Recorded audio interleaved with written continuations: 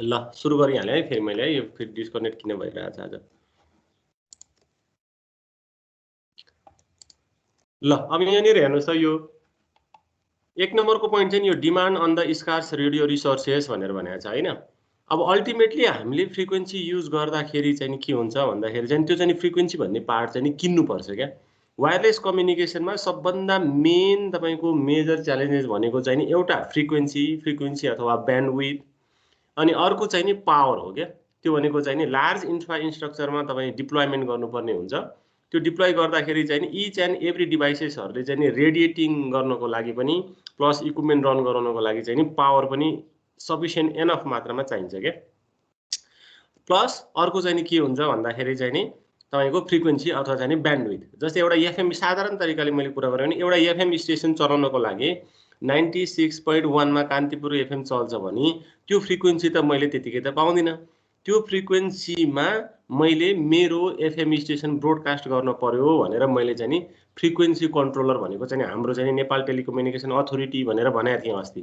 हाम्रो radio frequency control गर्ने mechanism body भनेको चाहिँ गभर्नमेन्ट बडी भनेको चाहिँ उसँग हामीले किन्नुपर्छ। त्यसमा 200 किलो हर्जको एउटा ब्यान्ड चाहिँ नि किन्नुपर्छ। त्यसको लागि उसले के गर्छ भन्दाखेरि चाहिँ नि मन्थली लाखौं बुझाइराखेकै हुन्छ भन्न खोजेको है।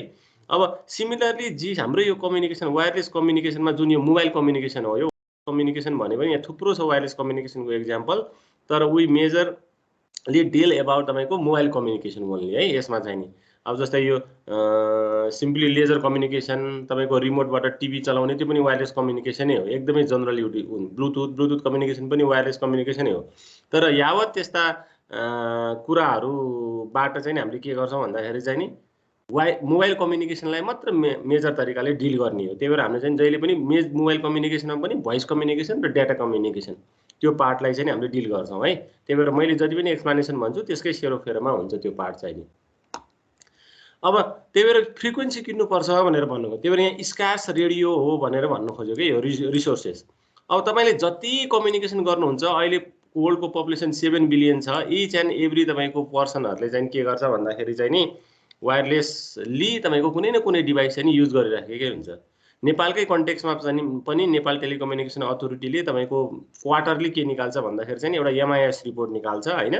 त्यो एमआईएस रिपोर्टले देखाए अनुसार चाहिँ नि नेपालको टेली डेन्सिटी तपाईको 100% भन्दा पनि बढी भइसक्यो। 200% अराउन्ड नागिसक्यो के। त्यो भनेको चाहिँ के हो भने 3.25 करोड मान्छेले कुनै न कुनै रूपमा कुनै न कुनै टेलिकम इक्विपमेन्ट अथवा टेलिकम डिभाइसेसहरु चाहिँ युज गर्छ भनेर भने हो। अब यो 200% कसरी पुग्छ भन्दाखेरि चाहिँ कसैले एनटीसी लिएको हुन्छ, कसैले एनसेल लिएको हुन्छ, कसैले ल्यान्डलाइन लिएको हुन्छ, कसैले आईएसपीहरुबाट छुट्टै एउटा लिज लाइनहरु लिएको हुन्छ हैन। प्लस कसैले एनटीसी र एनसेल दुईटै बोकेको हुन्छ क्या। त्यही भएर कोही पनि तपाईको जनसंख्या भन्दा पनि बढी टेली डेन्सिटी भइसक्यो टेलिकम ग्याजेट्सहरु इक्विपमेन्टहरु युज गर्ने पपुलेसन्सको डिमान्ड भनेर भनेको क्या।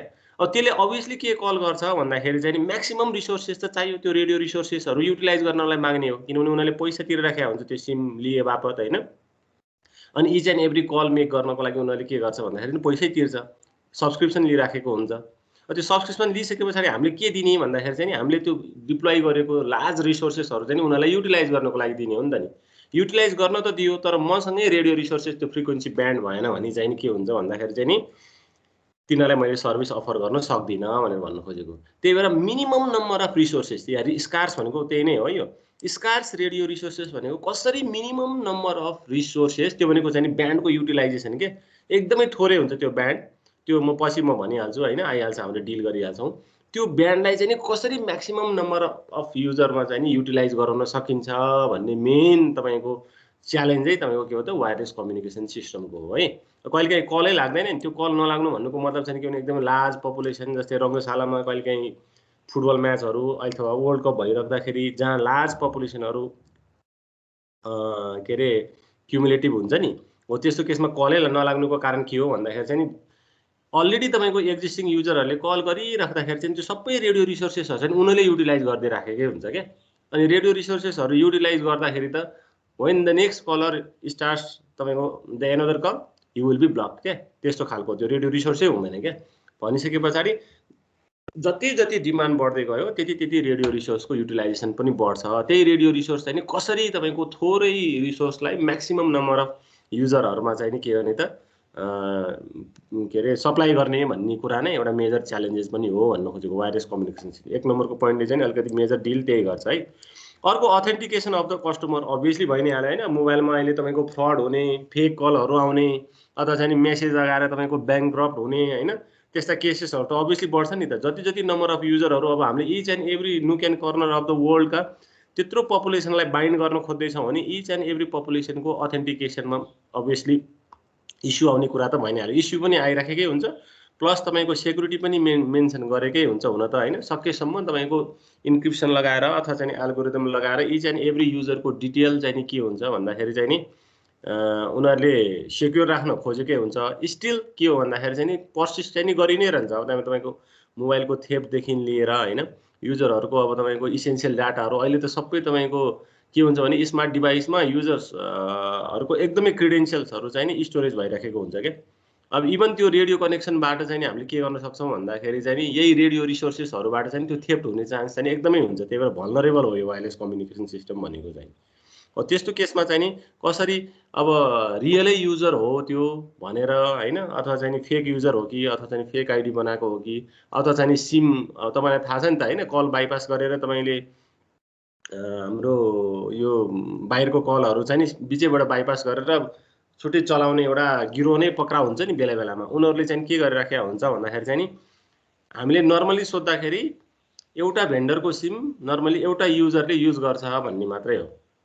तर केस के फरक पर्छ भन्दाखेरि चाहिँ नि त्यस्तो केसमा है, त्यो कल बाइपास गर्ने सङ्गठनहरूको केसमा चाहिँ नि के हुन्छ भने उनीहरूले हजारौँ सिमहरू चाहिँ नि एनटिसी अथवा स्मार्ट सेल होइन, कता कताबाट त्यो लिङ्क मिलाएर चाहिँ हजारौँ सिमको बन्डलै लिइराखेको हुन्छ। अनि हाम्रो मोबाइल डिभाइसमा एउटादेखि दुईवटा सिम अड्छ भने उनीहरूको डिभाइस के हुन्छ भने त्यसले तपाईँको 40-100 होइन, अनि तपाईँको 200वटा सिमसम्म एकैचोटि राख्न मिल्ने डिभाइस हुन्छ क्या। अनि उताबाट आएको कललाई चाहिँ नि हाम्रो नेटवर्क अपरेटरमा आउनै नदिकन बिचैबाट कल बाइपास गरेर उनीहरूको अपरेटरमा डाइभर्ट गर्छ। उनीहरूले बाइपास गरेर उनीहरूको अपरेटरमा बाइपास गर्छ। अनि कल प्रोसिड के गर्छ त हामी युजरसम्म पुर्याइदिन्छन् क्या। त्यस्तो खालको हुन्छ। त्यो भन्नुको मतलब त अब बाँकी जम्मै सिमहरू त्यो कसको नाममा होला त, 100-200 हजार सिमहरू त होइन, तिनीहरू त टोटल। त्यस्तो केसमा चाहिँ नि अब फ्रड स्टिल अहिले पनि भइराखेकै हुन्छ क्या। अहिले चाहिँ अब अलिकति यो ओटिपीले गर्दाखेरि, भाइबर इमो मेसेन्जर्सहरूले गर्दाखेरि बाहिरबाट इन्टरनेसनल कल आउने त्यो रेट चाहिँ नि एकदमै कम भएको छ, अलमोस्ट नेग्लिजिबल जस्तो भएको छ। त्यही भएर नेपालको मात्रै होइन वर्ल्ड वाइडको टेलको अपरेटरहरू चाहिँ नि इन्टरनेसनल कलहरूमा चाहिँ नि चुकिराखेको अवस्था हो होइन। त्यही भएर अहिले जति पनि तपाईँको टेलको अपरेटर छ वर्ल्ड वाइडको, उनीहरू चाहिँ नि डेटा ओरिएन्टेडै भएको कारण चाहिँ त्यही नै हो। 4G 5G भनेर चाहिँ एकदमै डेटा ओरिएन्टेड छ। कसरी तपाईँको डेटा सफिसियन्टली दिन सकिन्छ, युजरहरूबाट कसरी मनी कलेक्ट गर्न सकिन्छ भन्ने ध्येय नै हो है। त्यही भएर मेन भनेको चाहिँ यसमा अथेन्टिकेसन अफ द कस्टमर, को रियल हो को फ्रड हो होइन, त्यो चिज चाहिँ नि एकदम डायग्नोस गर्नुपर्ने चाहिँ नि मेजर च्यालेन्जेस चाहिँ वायरलेस कम्युनिकेसनमा त्यो एउटा पनि छ भनेर भन्नु खोजेको। अनि security and privacy on the radio भनेर भनेको छ। अब यहाँनिर बुझ्नुहोस् है, अन द रेडियो भन्नुको मतलब चाहिँ वायरलेसली तपाईँको मेसेज ट्रान्सफर हुँदाखेरि चाहिँ त्यो कतिको सेक्योर बनाउने भन्ने कुराहरूको विषय हो यो पार्ट चाहिँ नि, security and privacy on the radio भनेर भन्नु खोजेको चाहिँ नि। अब इभन कल गर्नुहुन्छ, त्यो कल गर्दाखेरि चाहिँ तपाईँको भोइस चाहिँ नि अल्टिमेटली त इलेक्ट्रोम्याग्नेटिक वेभमा ट्रान्सफर भइसकेको हुन्छ नि त। त्यो भन्नुको मतलब एउटा पार्टिकुलर पर्सनले कुनै एउटा पार्टिकुलर लोकेसनबाट नेक्स्ट अर्को पर्सन एट नेक्स्ट पार्टिकुलर लोकेसनमा कल गर्छ भने त्यहाँ त वायरलेसली ट्रान्समिट हुने हो त्यो तपाईँको मेसेज भनेको चाहिँ नि। अब तपाईँले चाहे त्यो नर्मल तरिकाले बोल्नुहोस्, त्यो मेसेज भन्ने बित्तिकै उनीहरूको प्राइभेट इनहेरेन्ट तपाईँको प्रपर्टी हो नि त कुनै पनि एउटा पार्टिकुलर युजरको। त्यो चिजलाई चाहिँ सेक्योरली ट्रान्समिट गर्ने र तपाईँको अनि प्राइभेसी पनि मेन्टेन गर्नुपर्ने त त्यो त ऊ हो नि त, त्यो रिभिल गर्न पाउँदैन नि त होइन। इभन तपाईँले हामीले भाइबरमा मेसेज गऱ्यौँ अर्को एउटा पार्टलाई भने मैले गरेको मेसेज अरू कसैले पनि थाहा हुँदैन। इन बिट्विन त्यो भाइबरले डिल गर्ने त्यो मेसेजहरू चाहिँ नि इन्क्रिप्सन एल्गोरिदमबाट के हुन्छ भन्दाखेरि चाहिँ कन्भर्ट हुन्छ, एकैचोटि फाइनल इन युजरमा मात्रै थाहा हुन्छ। तपाईँलाई त्यो थाहा होला, त्यो भाइबरमा पनि एउटा मेसेज जहिले पनि आइरहन्छ नि होइन, the message delivered to the तपाईँको next destination will be encrypted भनेर यस्तो फर्मेटमा इन्क्रिप्टेड भएर गएको हुन्छ, कसैलाई पनि थाहा हुँदैन भनिराखेको हुन्छ नि हो। त्यो चाहिँ नि के छ भने अहिले डेटा कम्युनिकेसन डिजिटल कम्युनिकेसन भइसके पछाडि चाहिँ नि मेजर एडभान्सिङ इन्क्रिप्सन एल्गोरिदमहरू लगाएर अलिकति सेक्योर चाहिँ गर्न सकिन्छ। स्टिल तपाईँको कल ट्याप हुने होइन। अब फेरि यो अल्टिमेटली त यो त टेलिकम नेटवर्क हो। यो नेटवर्क भयो भनेको अहिले सर्फेसली हाम्रो भोइस ट्रान्सफर इन्क्रिप्सन एल्गोरिदम लगाए पनि अल्टिमेटली त्यो ट्रान्सफर हुने भनेको प्रोसेस हुने भनेको चाहिँ फेरि वायर्ड सिस्टममै हुन्छ क्या, ठुलो वायर्ड सिस्टम, ठुलो फिजिकल इन्फ्रास्ट्रक्चरमै हुन्छ। अब त्यहाँनिर कलहरू तपाईँको जुन्ने, टर्मिनेट हुने होइन, अथवा बिचमा कसैले ट्याप गरेको हो कि त्यसैबाट होइन, हो त्यस्तो चिजहरू पनि हुन सक्ने नै खालका हुन्छन् होइन। ह्याकर्सहरू ले नै त्यसमै हिट हान्ने, नेटवर्कहरू तपाईँको फ्रिज गराइदिने अथवा चाहिँ त्यो नेटवर्कै उ गरेर डाउन गराउने, त्यस्तो केसेसहरू पनि हुन्छन्। अब ती सबै भनेको चाहिँ नि च्यालेन्जेसै हुनु वायरलेस कम्युनिकेसनको लागि। स्टिल त्यही च्यालेन्जेस, जति तपाईँको च्यालेन्जेस आउँछ त्यही अनुसारको सेक्युरिटी इन्क्रिप्सनहरू चाहिँ नि बढ्दै गएको स्थिति पनि छ है। अहिले अलिकति धेरै सुनिँदैन त्यस्तो खालको चाहिँ, अहिले अलिकति यो 1 इयरमा चाहिँ नि त्यति धेरै यो सिस्टमहरू ह्याक भएको भनेर चाहिँ खासै सुन्नेको चाहिँ छैन, नेटवर्कै चाहिँ नि है। अर्को keep track of the user as they move भनेर भनेको छ यो एकदमै है, यो पछि आउँछ, यो सबै कुराहरू आउँछ यो होइन। हामीले अलिकति म्याथमेटिकल्ली युज सबै चिजमै डिल गर्दै जान्छौँ। अब यहाँनिर हेर्नु न, वायरलेस कम्युनिकेसन किन तपाईँको प्रोफाउन्ड, ल्यान्डलाइनमा गर्दाखेरि ल्यान्डलाइनमा तपाईँ स्टिल भएर बस्नु पर्यो, फोन आयो अथवा कम्युनिकेसन गर्नु पर्यो भने तपाईँको के अरे PSTN अथवा चाहिँ ल्यान्डलाइन सेट कहाँ छ त्यही गएर तपाईँले के गर्नु पर्यो त, कल मेक अथवा चाहिँ कल रिसिभ गर्नुपर्ने, त्यो भनेको म्यान्डेटरी हुन्छ। त्यो भनेको म इमोबाइल भयो भन्न खोजेको। अब वायरलेस कम्युनिकेसनले मोबिलिटी प्रोभाइड गर्छ क्या, त्यो भनेको मतलब चाहिँ नि wherever the user moves होइन, द रेडियो कनेक्टिभिटी डज के हो त, एउटा चाहिँ नि कनेक्सन भयो बिट्विन तपाईँको टु युजर, त्यो गर्न सक्ने भने त्यो एउटा एकदमै फिजिबल। वायरलेस कम्युनिकेसनमा एउटा major part, major technological revolution भनेकै त्यही नै हो, मोबिलिटी हो क्या। त्यही भएर त त्यो मोबिलिटीको कारणले गर्दाखेरि चाहिँ वायरलेस कम्युनिकेसनको मेजर एउटा उसमा मोबाइल कम्युनिकेसन आएको भन्न खोजेको। अब ह्यान्डसेटलाई हामीले जहाँ पनि लिएर हिँड्छौँ भनिसके पछाडि मेजर च्यालेन्जेस हो है यो। अहिले पनि यहाँनिर यो मान्छेहरूले यहाँ जाँदाखेरि फोनै लाग्दैन, मेरो कोठाको कुनामा फोनै लाग्दैन भनेर भन्छ नि, त्यो भन्नुको मतलब चाहिँ नि 100% इन्डोर अथवा चाहिँ आउटडोर सोल्युसन प्रोभाइड गर्न सक्नु नै तपाईँको के हो भन्दाखेरि मेजर च्यालेन्जेस हो क्या वायरलेस कम्युनिकेसन सिस्टमको चाहिँ नि। त्यही भएर अब तपाईँ नर्मल तरिकाले हिँड्नुहोस् होइन, एउटा लोकेसनबाट अर्को लोकेसनमा जानुहोस् अथवा बाइकमा चढ्नुहोस् होइन, अथवा गाडीमा चढ्नुहोस्, इभन ट्रेनमै चढ्नुहोस् क्या होइन। इभन हामीले अब त्यो स्टिल म चाइनामा जाँदाखेरि हामीले त्यो म्याग्लिफ ट्रेनहरू, बुलेट ट्रेनहरू पनि चढ्यौँ क्या। 400-450 माइल्स पर आवरको स्पिडमा हामी गइरहेका हुन्थ्यौँ होइन। फोन गऱ्यौँ भने यति सुदिङ हुन्छ त्यो फोन होइन, यस्तो मजाले बुझिन्छ होइन। अब 450-500 माइल पर आवरमा तपाईँ मुभ हुँदाखेरि एउटा विदिन अ फ्र्याक्सन अफ तपाईँको सेकेन्डमा कहाँ पुग्नुहुन्छ र एउटा लोकेसनबाट अर्को लोकेसनमा होइन। अब त्यस्तो केसमा पनि के हुन्छ भन्दाखेरि चाहिँ नि सुदिङली तपाईँको मोबाइल कनेक्सन हुन्छ क्या। तर त्यो मोबाइल कनेक्सन हुनको लागि इन्फ्रास्ट्रक्चरमा ब्याकइन्डमा कस्तो डिप्लोयमेन्ट भएको छ त, that is the major things हो क्या। अहिले हामीले भन्दाखेरि चाहिँ नि अब अलिकति लाग्दैन यस्तो अब त्यो भन्छौँ नि होइन, अब टेक्निकल्ली त्यसको ब्याकइन्डमा चाहिँ कस्तो प्रिपेरेसन हुँदो रहेछ भन्ने कुराहरू चाहिँ त्यो पार्ट चाहिँ हामीले पढ्छौँ क्या। अब त्यो चिज गर्न सक्नु भनेको हाम्रो लागि चाहिँ हाम्रो नेपाल जस्तो ठाउँमा डाँडा काँडाको ठाउँमा चाहिँ अलिकति इम्पोसिबल पनि छ। अब पोसिबल हुनको लागि त्यो टनेल खन्नु पर्यो, डाँडा छेडेर जानु पर्यो होइन। अब डाँडाको टुप्पोमा फेरि डाँडाको पछाडिको अर्को गाउँमा होइन, त्यो भनेको च्यालेन्जै हो नेपाल जस्तो अलिकति गरिब अथवा चाहिँ विकासोन्मुख देशको लागि चाहिँ होइन। अर्को एउटा छ यो भनेको चाहिँ त्यही दे मुभ भन्न खोजेको कारण चाहिँ त्यही नै हो है। मोबिलिटी बढाउनु त बढायो वायरलेस कम्युनिकेसनले, तर मोबिलिटी सँगसँगै के हुन्छ भन्दाखेरि चाहिँ नि उसको कल कनेक्सन चाहिँ नि मेन्टेन गराइराख्नु पर्यो क्या। त्यो भनेको त के हो त, एउटा च्यालेन्जै हो नि त वायरलेस कम्युनिकेसन सिस्टमको लागि चाहिँ है त। ल अर्को प्रोभाइडिङ सर्भिसेस एक्रस नेटवर्क। आफ्नो सर्भिस त छँदै नै छ, विदिन आफ्नो नेटवर्कको सर्भिस त छँदै नै छ, तर युजरलाई हामीले मेरै नेटवर्कमा बसिरह भनेर बाउन्ड कहिले पनि गर्न सक्दैनौँ। जस्तै तपाईँले कल लागेन भनेर एनटिसीबाट एनसेल अथवा चाहिँ भाइस वर्सा स्विच हुन सक्नुहुन्छ एउटा नेटवर्कबाट अर्को नेटवर्कमा चाहिँ।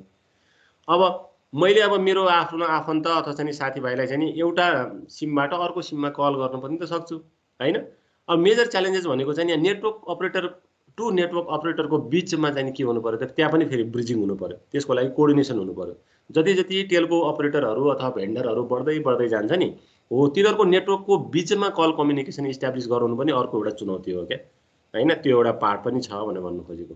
Finally billing the customer whenever and wherever he makes and receives call from भन्नु।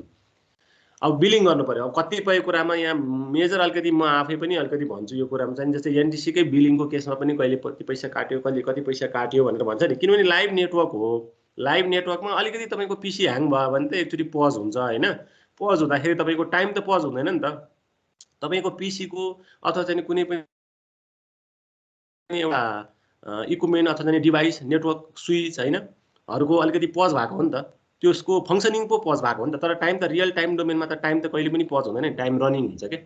अब सिस्टम ह्याङ अथवा चाहिँ सिस्टम पज भयो भने चाहिँ नि टाइम स्टिल तपाईँको रनिङ भइराख्ने भएको भएर चाहिँ त्यस्तो केसमा चाहिँ नि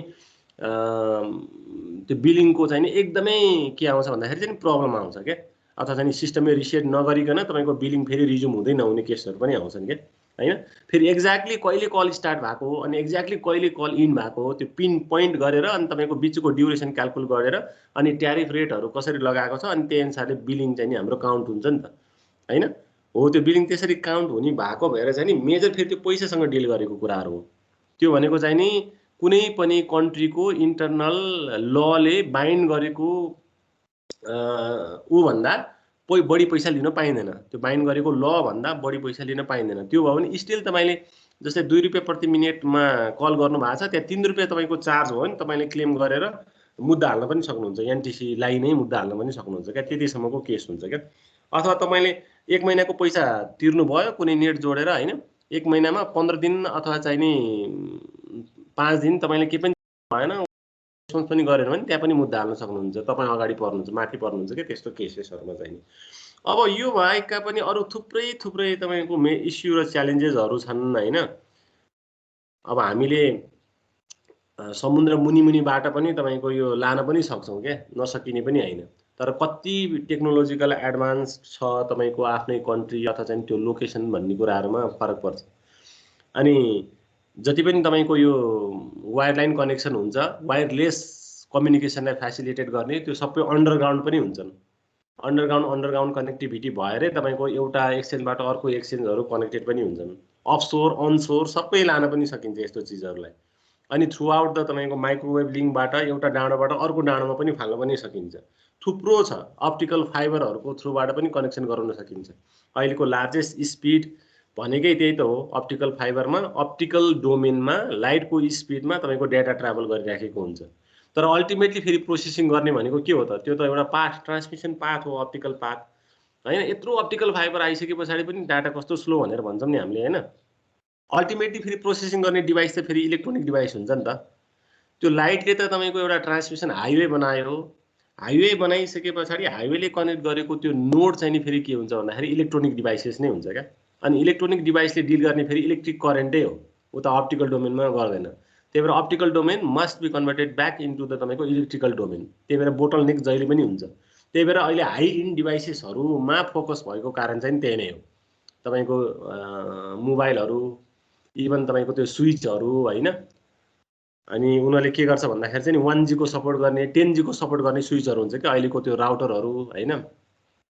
स्विचेसहरू चाहिँ तपाईँको 10 Gbps सम्म पनि के अरे सपोर्ट गर्ने खालको पोर्टहरू भएर त्यसलाई फङ्सनिङ गर्ने स्विचहरू अहिले बनिरहेकै हुन्छ। इभन मोबाइलको केसमा पनि अब 4G 5G 6G इनेबल हुँदै के इनेबल डिभाइस भनेर बन्दै आइरहेको छेड हुन्छ। अब अहिले 5G इनेबल तपाईँको सेटहरू आउन थालिसक्यो बजारमा। अब तपाईँको 6G 7G मा अहिले रिसर्च भइरहेछ, मैले अस्ति पनि भनेको थिएँ। हुँदै गएको छ क्या टेक्नोलोजीमा हाई इन्ड डिभाइसेस डेभलप भन्नु खोजेको है। तर स्टिल बोटल नेक चाहिँ नि हुन्छ।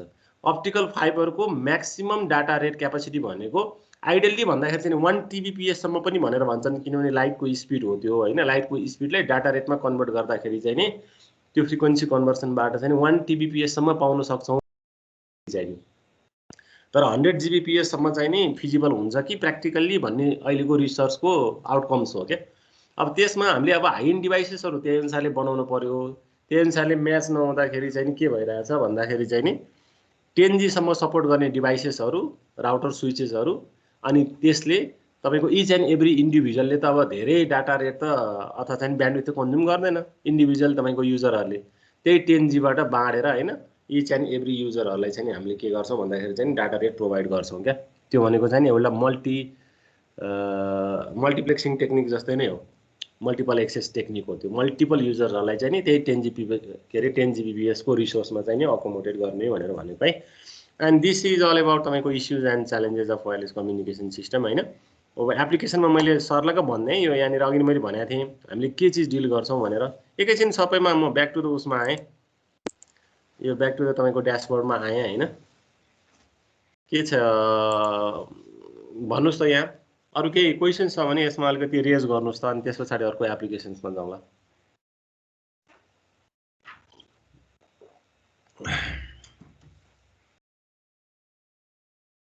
शङ्कर श्रेष्ठ विनोद दङ्गल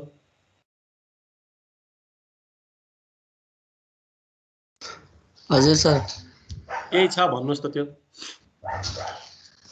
छैन सर केही नि त्यो सुतिराखे हो कि क्या विनोद दङ्गल भनेर उठायो के कसैले हेर्नु नि सर उठिरहेको छु यहाँ टेबलमा आएर बसेछु आज त ए ल गुड गुड यो त है धेरै राम्रो हो जाडो यस्तो त छैन नि छैन सर काठमाडौँ हो कि कहाँ हो काठमाडौँमै हो सर ल अनि शङ्कर भन्ने खोइ त मैले अघि नै बोलाएको आएन त्यो छोडेर गयो क्या छैन सर अलिक रेस्पोन्स चाहिँ गरौँ है यो फेरि म यहाँ भने हुन्छु फेरि यो इन्टरेक्सनै हुँदैन तिमीहरू सबैले म्युट गरिराखेको हुन्छ म यहाँ बोले भइरहेको हुन्छु मलाई नै आफैले अड लगाइरहेको छ मैले कसै कहिले पनि यसरी पढौरी बानी होइन यो होइन अनि इन्टरेक्सन चाहिँ अलिकति हुनुपर्छ क्या बिचमा कसैले अलिकति केही चिज डाउट लाग्यो भने त्यो चाहिँ नि रेज गरेर भन्दा हुन्छ क्या माइक अन गरेर भन्दा हुन्छ किनभने साइलेन्टै हुन्छ आफूले भन्नुपर्ने कुरामा चाहिँ यो चिज चाहिँ बुझ्दैन भनेर भने हुन्छ है अहिले चाहिँ ठ्याक्क अलिकति सुन्ने बानी नै हो तर यो च्यालेन्जेसहरू हो यो होइन अहिले बेसिक स्टार्टर गर्दैछौँ हामीहरू खासै अहिले अप्ठ्यारो पर्दैन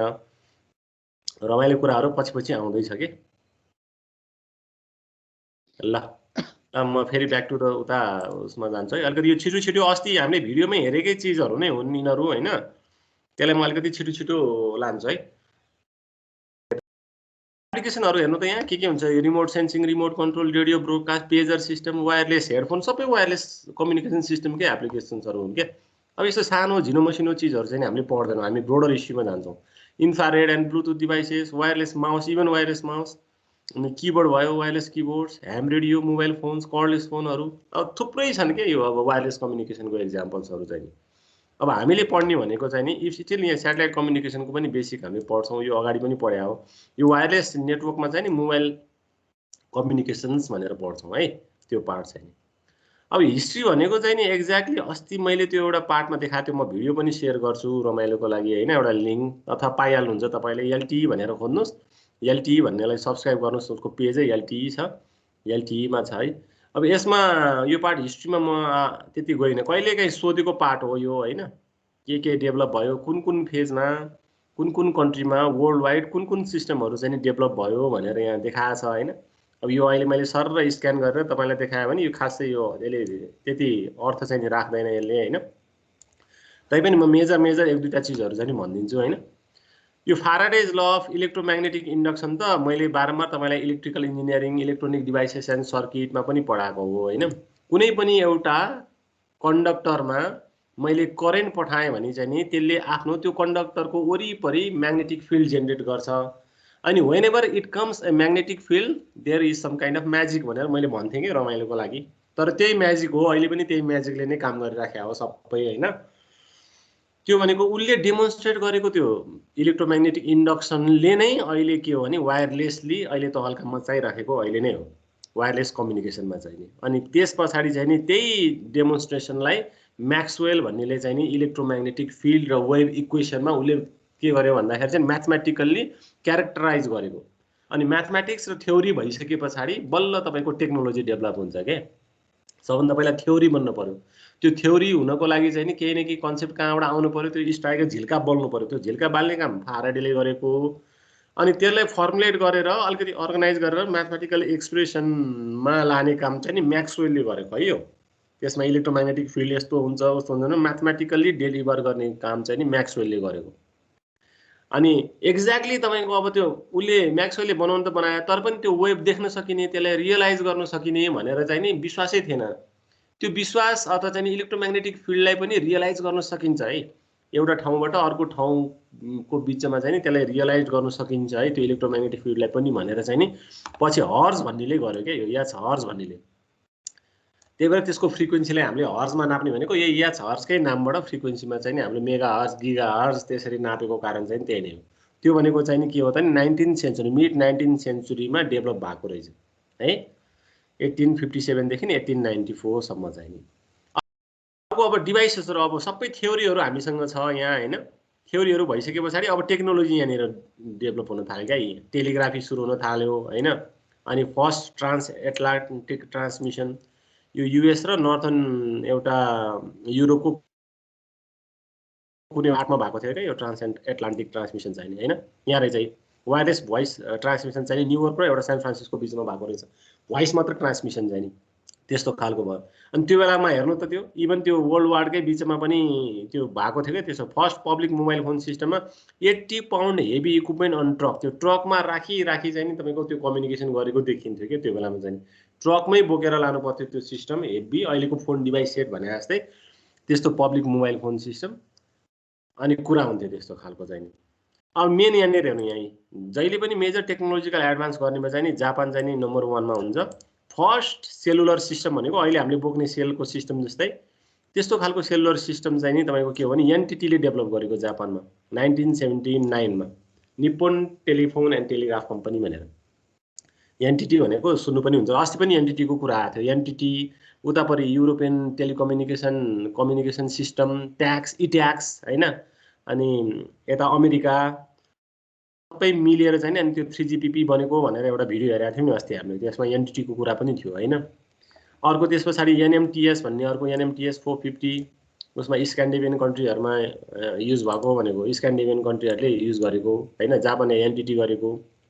अनि बल्ल अहिले हामीले चलाइरहेको त्यो जुन भोइस कल गर्छौं नि त्यो मोबाइलबाट 2G बाट त्यो चाहिँ नि 1982 मा बल्ल त्यसको स्पेक तयार भएको रहेछ क्या। स्पेक मात्र तयार भएको है। यस्तो हुन्छ यसले यति फ्रिक्वेन्सी दिने यति फ्रिक्वेन्सी क्यारी गर्ने एउटा युजरलाई यति फ्रिक्वेन्सी दिने चङ्क फ्रिक्वेन्सी अनि मोडुलेट त्यो सबै स्पेक बनाएको चाहिँ 1980। अनि अस्ति मैले फर्स्ट जेनेरेसनको मोबाइल कम्युनिकेसन सिस्टममा त्यो भिडियोमा एम्स को कुरा गरेको थिएँ। त्यो भनेको चाहिँ नि यो युएसए मा डेभलप भएको। जीएसएम को स्पेक बनिसके पछाडी चाहिँ नि एउटा टेक्नोलोजी हैन सीडीएमए यूएमटीएस एलटीई भने जस्तै एम्स सिस्टमले चाहिँ के गर्यो भन्दाखेरि चाहिँ नि फर्स्ट जेनेरेसन सिस्टममा चाहिँ नि एउटा मोबाइल कम्युनिकेसन सिस्टम चाहिँ बनाएको हो है। अनि युरोपतिर इट्याक्स यो अमेरिकन हो, यो अमेरिकन एम्स भन्ने बित्तिकै अमेरिकन हो यो एडभान्स मोबाइल फोन सिस्टम। युरोपमा चाहिँ इट्याक्स यहाँनिर छ European total access cellular systems भनेर यस्तो। अनि 1982 मा जीएसएम को स्पेक सुरु भएर तपाईको युरोपमा चाहिँ नि के भएछ भन्दाखेरि चाहिँ नि 1990 मा त्यो उ भएछ पब्लिश भएछ फेरि यस्तो खालको छ के। अनि 1G सिस्टममा बनेको त्यो अमेरिकन एम्स सिस्टम चाहिँ नि डिजिटल एम्स भनेर फेरि 1991 मा आयो यो स्ट्यान्डर्डाइजेसन। सिमिलरली त्यसरी पेसिफिक डिजिटल सेलुलर भनेको जापान।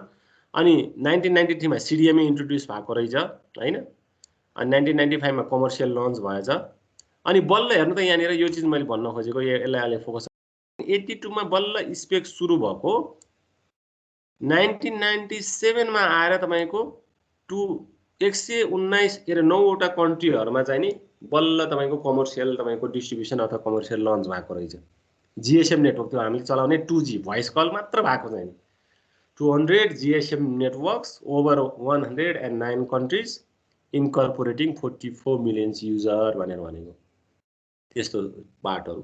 अब यसरी सबैले यहाँनिर हेरौँ न युएसले आफ्नै तपाईको एम्स डिजिटल एम्स बनाउँदै लग्यो। युरोपियन सिस्टमले आफ्नै इट्याक्सहरु बनाउँदै लग्यो। उता जापानले एनटीटी अनि टाटा डोकोमोहरु हैन। टाटा डोकोमो भनेको त पछि इन्डियाले गर्यो तर डोकोमो भनेको पनि यो जापानबाटै हो। जापानकै एउटा टेलिको भेन्डरको नाम हो त्यो भनेको चाहिँ।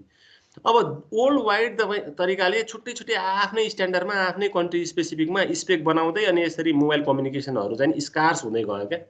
अनि त्यसलाई चाहिँ नि एउटै बनाएर एउटै छाता संगठनमा ल्याउनको लागि चाहिँ नि आईटीयू आयो। 1999 मा आईटीयू को रेडियो फ्रिक्वेन्सी डिपार्टमेन्टले के गर्न थाल्यो त तिनीहरुलाई कन्ट्रोल गर्न थाल्यो के। अनि सबैलाई एउटै स्ट्यान्डर्डमा रेडियो स्पेसिफिकेसन बनाओ भनेर एउटै छातामा आउन आबद्ध गरेको के उले चाहिँ नि। अनि यूएमटीएस भनेको 3G हो। सीडीएमए त सीडीएमए भइ नै हाल्यो हैन। अर्को यो टाइम डिभिजन सीडीएमए भनेको भन् यो पनि सीडीएमए नै भनिहाल्यो त्यो टेक्नोलोजी विथ जीएसएम पनि सबैले एउटै छाता संगठनमा राखेर एउटै स्पेसिफिकेसन गरेर स्ट्यान्डर्डाइज गर्ने काम चाहिँ नि आईटीयू इन्टरनेशनल टेलिकम्युनिकेसन युनियनले गर्यो भनेर भन्न खोजेको। अनि 2000 मा गएर हामीले त्यो जीपीआरएस सिस्टमहरु एसएमएसहरु पठाउन थाल्यौं अनि प्लस के गर्न थाल्यौं भन्दाखेरि चाहिँ नि त्यो कन्फिगरेसनहरु सेटिङ गरेर त्यो मोबाइलहरुमा चाहिँ नि इन्टरनेट पनि चलाउन थालेको जीपीआरएस इनेबल भइसकेपछि जीपीआरएस भनेको जनरलाइज प्याकेट रेडियो सर्भिस भनेको 2001 मा आएर 3G बल्ल स्टार्ट भएको रहेछ जापानमा हैन freedom of mobile multimedia access टेक्नोलोजीको थ्रुबाट 2001 मा जापानले सुरु गरेको रहेछ अनि सिमिलरली यस्तै हुँदै आएर 3.5G या 4G को कुरा गरेको छैन अलिकति पुरानो यो स्लाइड भएको 2006 मा 3.5G रहेछ है अनि 8 देखि 10 मा चाहिँ नि 4G चाहिँ नि फुल्ली लन्च भएको हो यो 10 वर्षमा चाहिँ नि एकदमै एरा यो परिवर्तन भएको छ के यो जेनेरेसनको चाहिँ नि अल्टिमेटली अराउन्ड तपाईको 10 वर्षमा चाहिँ नि टेक्नोलोजिकल रिभोल्युसन्स भएको छ त्यो पार्ट अहिले हामीले यहाँनिर हेरिहाल्छौं ल हेर्नुस् अब यो पार्ट भनेको यो कहिले काहीँ सोधेको छ यो हिस्ट्री यो तपाईले 1 by 1 1831 देखि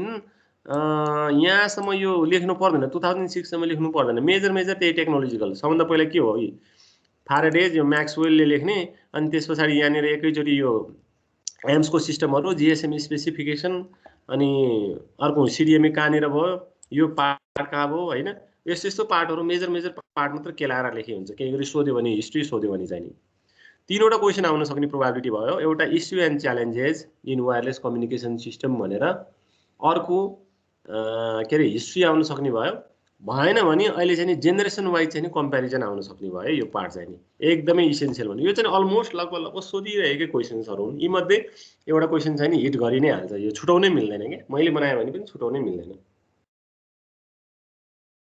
अब यहाँनिर हेर्नुस् है अनि धेरैले चाहिँ नि यो एकदमै सजिलो पनि हुन्छ भनेर यो टेबलमा नै रहेछ एकदम सजिलो हुन्छ भनेर यसलाई प्रिफर गर्नुहुन्छ पढ्दाखेरि पनि अलिकति इन्टेन्स दिएर पढ्नुहुन्छ के नर्मली यसरी नै सोधिन्छ कहिले सर्ट क्वेशन सोध्नु मन लाग्यो भने 2G र 3G को बीचमा के छ डिफरेन्स भनेर पनि सोध्न सक्छ अथवा चाहिँ what are the major technological advancement in तपाईको first second third and fourth generation भन्छ है ल हेर्नुस् न अलिकति एकदमै जनरलमा जाउँ यस्तो चीजहरु अस्ति पनि हेरिसक्नु भएको त्यो फर्मली नोट डाउन आफैले पनि गर्न सक्नुहुन्छ नगर्न सक्ने हैन तै पनि अब यो अलिकति जाउँ न सर र स्क्यान गरौँ त 1980s तिर फर्स्ट जेनेरेसन सिस्टम 1990s 2000 सम्झिनु पनि सजिलो छ 10 वर्षमा चाहिँ नि रिभोल्युसन्स भएको हो के अब 4G भनेको त्यही हो 2008 टु 2010 को उसमा तपाईको 4G रोल आउट भएको त्यो निर छ है अनि अहिले 2020 मा अहिले 5G रोल आउट भयो नि त ठ्याक्क त्यो 10 वर्षमा चाहिँ नि लगभग के छ भन्दाखेरि त्यो ठ्याक्क मिल्न आउँछ तपाईलाई एक्ज्याक्टली यही इयर को उ भनेर स्पेसिफिक हुनु पर्दैन 10 वर्षको रेन्ज तपाईले राखिदिनु भयो भने त्यो केही पनि 80s को रेन्ज हो नि त त्यो 80s भनिसके पछाडी 80 पछाडी 90 सम्मको 81 82 सबै परिहाल्छ के कम्युनिकेसन सिस्टम कस्तो थियो त फर्स्ट जेनेरेसनमा एनालग कम्युनिकेसन सेकेन्ड जेनेरेसनमा त्यही जीपीआरएस आयो भनेको थियो नि यो जीपीआरएस हुने भन्ने बित्तिकै त्यो भनेको चाहिँ डिजिटल 3G त अभियसली डिजिटल हुने भइ नै हाल्यो यसरी सम्झिने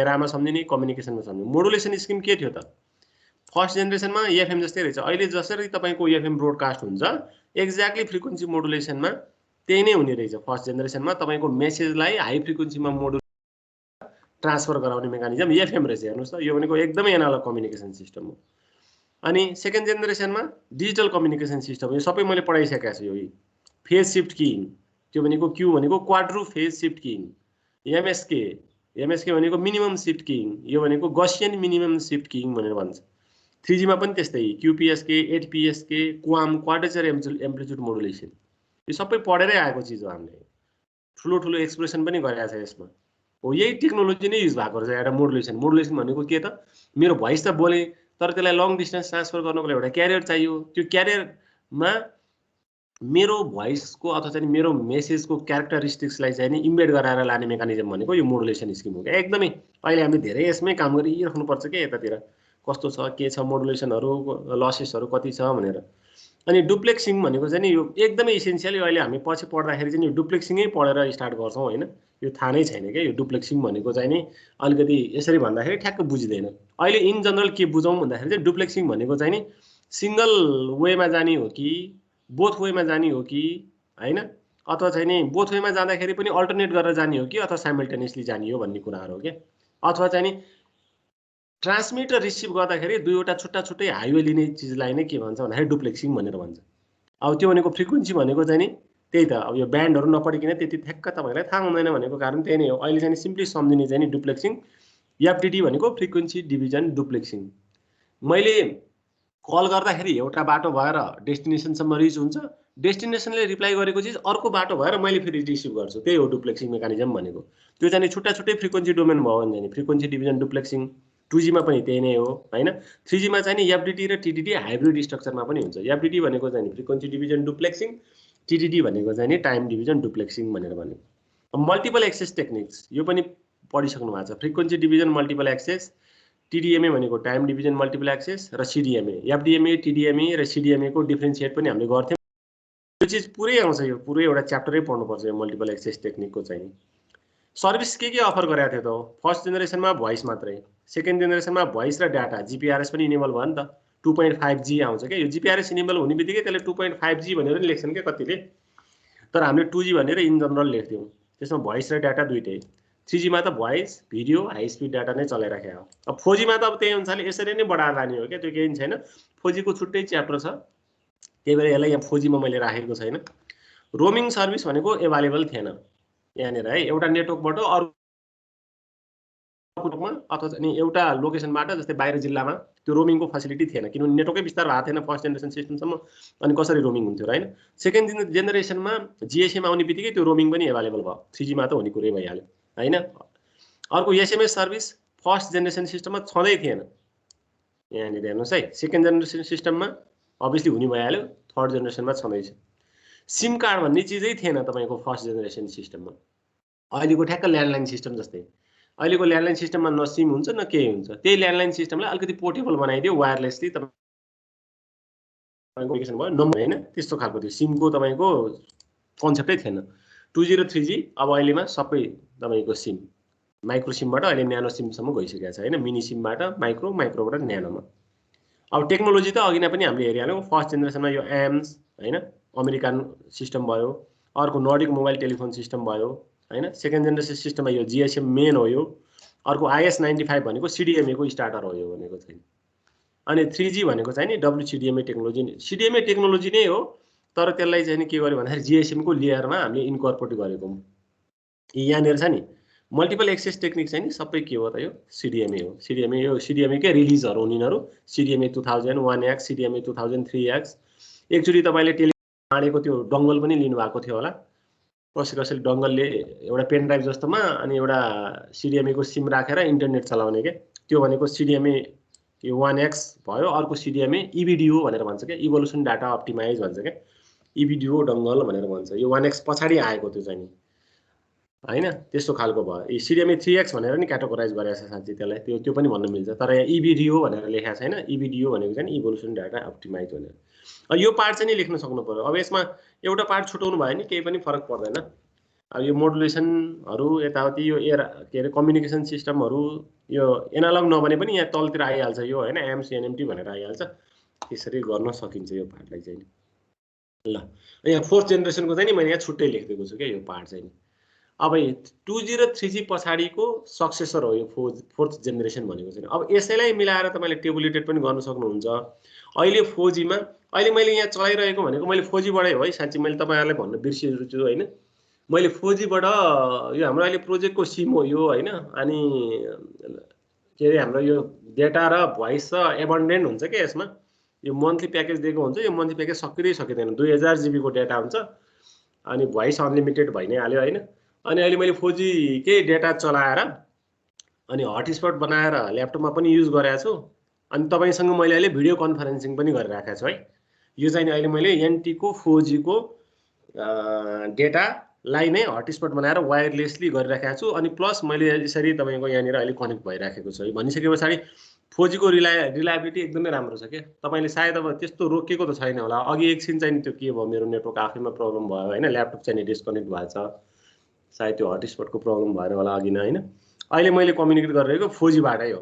यसरी अहिले माइक्रोसफ्ट टिम्समा तपाईहरुको त्यो भिडियो हेरेर यसरी कल गर्न सक्ने स्थितिमा छौं बिकज अफ दिस 4G। हेर्नुस् त, मैले अस्ति पनि भनेको थिएँ यो 4G भनेको चाहिँ नि अहिलेको केसमा ग्लोबल स्ट्यान्डर्डको केसमा चाहिँ नि 4.5G को स्पिड बराबर छ क्या भन्ने गर्छ नि कसैले। 2.5 भन्छ नि, त्यस्तै तरिकाले अहिले 4.5G बराबरको स्पिड छ है। अब त्यो अब अर्बन एरिया त्यो अब डेन्सिटी पपुलेसनको डेन्सिटी अब फेरि यो रुख जङ्गल वन होइन यी चाहिँ एभ्री नुक एन्ड कर्नरमा चाहिँ फेरि एउटै हुँदैन क्या यसको स्पिडहरू त्यहाँ लसेसहरू हुन्छ रुखले गर्दाखेरि सबभन्दा लस हुने भनेको यो रुखहरू पात पतिङ्ग त्यो भेजिटेसन लसहरू एकदमै हुन्छ तपाईँको यो रेडियो कम्युनिकेसनमा अब यो बिल्डिङहरूले अलिअलि छेक्ने भइ नै हाल्यो ठुलो ठुलो बिल्डिङहरू भएको ठाउँमा अनि बिल्डिङको मुनतिर बसेर कल कहिल्यै लाग्दैन स्याडो रिजनमा पर्छ क्या मान्छेहरू त्यस्तो हुन्छ अरू त अब तपाईँ सिरक ओढेर सुत्दाखेरि पनि अब फोन गरि नै राख्नु भएको हुन्छ होइन अब टोयलेटमा जाँदाखेरि पनि फोन गरि नै राख्नु भएको हुन्छ भान्सामा बस्दा पनि फोन गरिराख्नु भएको हुन्छ अब इन्डोर सोल्युसनमा त्यतिसम्म आइसके पछाडि के नै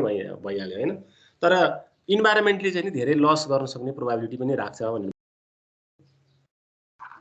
त्यो पार्ट छैन अब यहाँनिर अब त्यही चिजै छ यहाँ भएको चिजहरू चाहिँ एकदम एडभान्सिङ वेमा आएको छ भनेर भन्नु खोजेको 203G को सक्सेसर अभियसली भइ नै हाल्यो होइन अब यहाँ नन ब्याकवार्ड भनेको चाहिँ एउटा मेन हो यो भनेको चाहिँ नि होइन अहिले सायद कल नलाग्ने भन्ने चाहिँ नि हुँदैन क्या त्यो अब एकदमै नेटवर्कै प्रब्लम भयो भने चाहिँ नि लाग्छ तर 4G को मेन स्ट्यान्डर्डाइजेसन चाहिँ के हो भने नन ब्याकवार्ड भने एकचोटि गरिसके पछाडि त्यो कल लाग्छ क्या इस्ट्याब्लिस त्यही भएर अहिले कल वेटिङ सर्भिसहरू पनि तपाईँको अटोमेटिक इनेबल गरिदिएको हुन्छ क्या सिस्टमले कल गर्दाखेरि एकैछिन वेट गर्नुहोस् भनेर भन्छ अनि युजर त बिजी भइरहेको बेला त थोडी कलै लाग्दैन होइन तर स्टिल बिजी हुँदाखेरि पनि तपाईँले सेकेन्ड टाइम कल गर्नुभयो भने चाहिँ नि त्यो कल चाहिँ तपाईँको वेटिङमा बसिदिन्छ क्या अनि उतातिर रिसिभरमा चाहिँ के आइराखेको हुन्छ भन्दाखेरि चाहिँ नि दुईटैको कल आइराखेकै हुन्छ अनि एउटाको इन हुने बित्तिकै उसले रिसिभ गरिहाल्छ क्या त्यो भनेको चाहिँ नन ब्याकवार्ड टेक्नोलोजी हो भनेको है अनि all IP packet switch network सबै आइपीमा हुन्छ ट्रान्समिसन यो एउटा मेजर एडभान्सिङ हो यो सबै तपाईँको आइपी नेटवर्कमा चाहिँ नि के हुन्छ भन्दाखेरि चाहिँ नि कम्युनिकेसन हुन्छ है अनि गिगाबिटको स्पिड भनेर भनेको छ होइन यो गिगाबिटको स्पिड मैले भनिहालेँ नि तपाईँ यो गिगाबिटको स्पिड भनेको चाहिँ नि ट्रान्समिसनको स्किम हो क्या तपाईँको युजरले एक्सपिरियन्स गर्ने गिगाबिटको स्पिड चाहिँ नि होइन फेरि यो है प्रोसेसिङ चाहिँ नि गिगाबिटको स्पिडमा हुन्छ भनेर भनेको तपाईँले गर्ने चाहिँ नि एमबिपिएसमा हुन्छ अहिले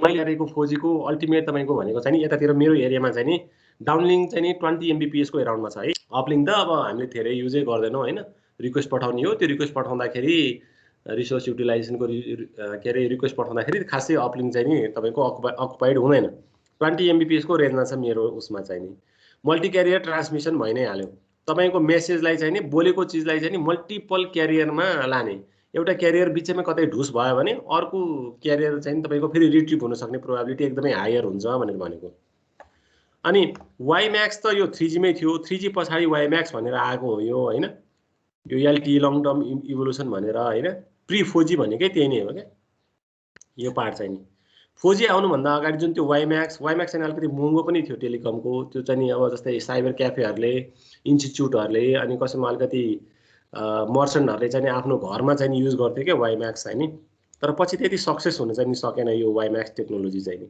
4G आउनुभन्दा अगाडि चाहिँ नि प्रिकर्सर भनेर भन्छ नि टेस्ट जस्तो एउटा बेटा टेस्ट गर्ने चाहिँ वाइम्याक्स टेक्नोलोजीको थ्रुबाट गरेको है अर्को अल आइपी बेस्ड सोल्युसन भइ नै हाल्यो होइन अनि अल्ट्रा ब्रोडब्यान्ड इन्टरनेट एक्सेस भइ नै हाल्यो गेमिङ सर्भिसेस मैले 4Gबाटै अब भिडियो कन्फरेन्सिङ यसरी गर्न सक्छु भनिसकेपछि उनी भइ नै हाल्यो यहाँ एट द सेम टाइम मैले भोइस पनि युज गरिरहेको छु मेरो स्क्रिन पनि सेयर गरिरहेको छु अस्ति भिडियो पनि देखाएँ युट्युब खोलेर होइन त्यही भएर मल्टिपल तपाईँको फङ्सनिङ चाहिँ नि एकैचोटि गर्न सक्नुहुन्छ स्ट्रिम लाइनमा भनेर भन्नु खोजेको अब यो टेक्नोलोजीहरू मल्टी क्यारियर ट्रान्समिसन यो म पछि भनिहाल्छु हाम्रो एउटा च्याप्टरै छ तपाईँले बुझ्नुहुन्न होइन अनि माइमो टेक्नोलोजी एन्टेनाहरू पनि युज हुन्छ त्यो भनेको चाहिँ अहिले तपाईँको यो पोलमै पनि राख्न सकिने खालको एन्टेनाहरू सानो सानो एन्टेनाहरू पनि मल्टिपल एउटा ठाउँहरूमा चाहिँ राख्न सक्छौँ एउटा स्पेसिफिक युजरहरू टार्गेट गरेर क्या जस्तै हाम्रो पुतली सडक एरियामा एकदमै मास कन्सन्ट्रेसन हुन्छ त्यहाँ एनसेलले चाहिँ नि त्यो पोलमा पनि देखेको छु मैले त्यो माइमो एन्टेनाहरू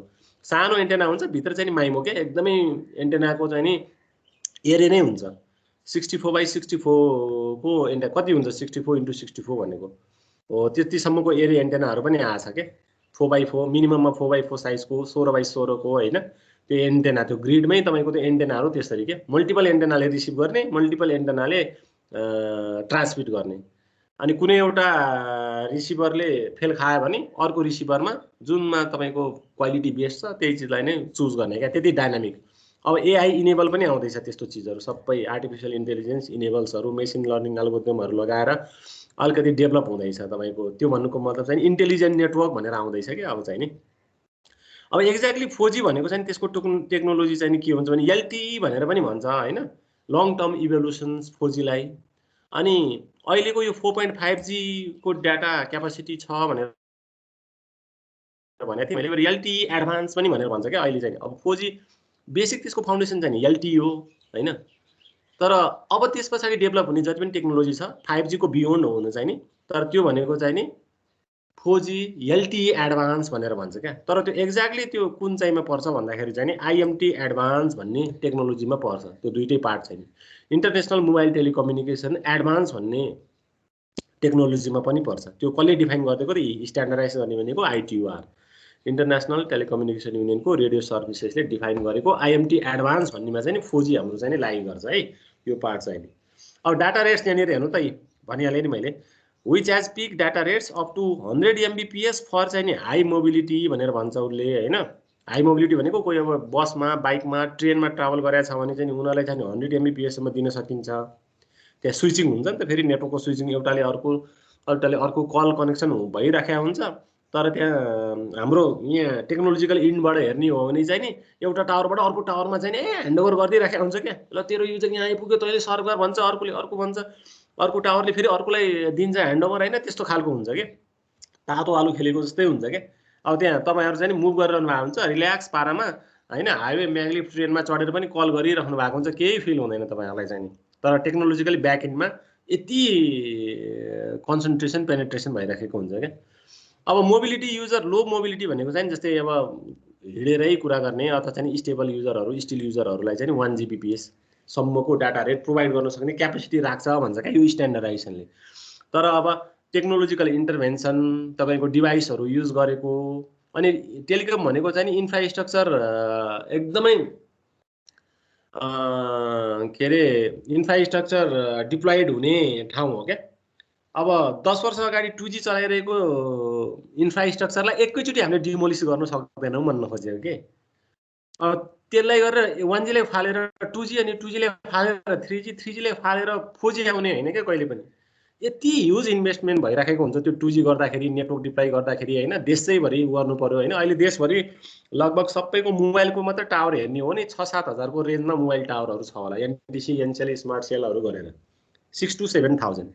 त्यसमा हाम्रो लगभग 3000 जति चान्जुन छ होला, टेलिकमको मात्र 3000 चान्जुन छ होला। अब एउटा टावर बनाउनको लागि चाहिँ नि नर्मल कस्ट चाहिँ नि तपाईलाई लाग्छ 3 देखि 4 करोड लाग्छ के, डिभाइसहरू सबै गरेर यताउति। अब त्यो फेरि जियोग्राफिकल कम्प्लेक्सिटी अनुसार धेर बहुत चाहिँ नि हुनसक्छ, थोर बहुत चाहिँ नि हुनसक्छ है, त्यस्तो चिजहरू चाहिँ त्यो पार्टहरू चाहिँ नि। अनि अब त्यतिसम्म ह्युज इन्भेस्टमेन्ट भइराखेको हुन्छ। अनि 1G लाई फालेर 2G, 2G लाई फालेर 3G चाहिँ नि ल्याउने होइन।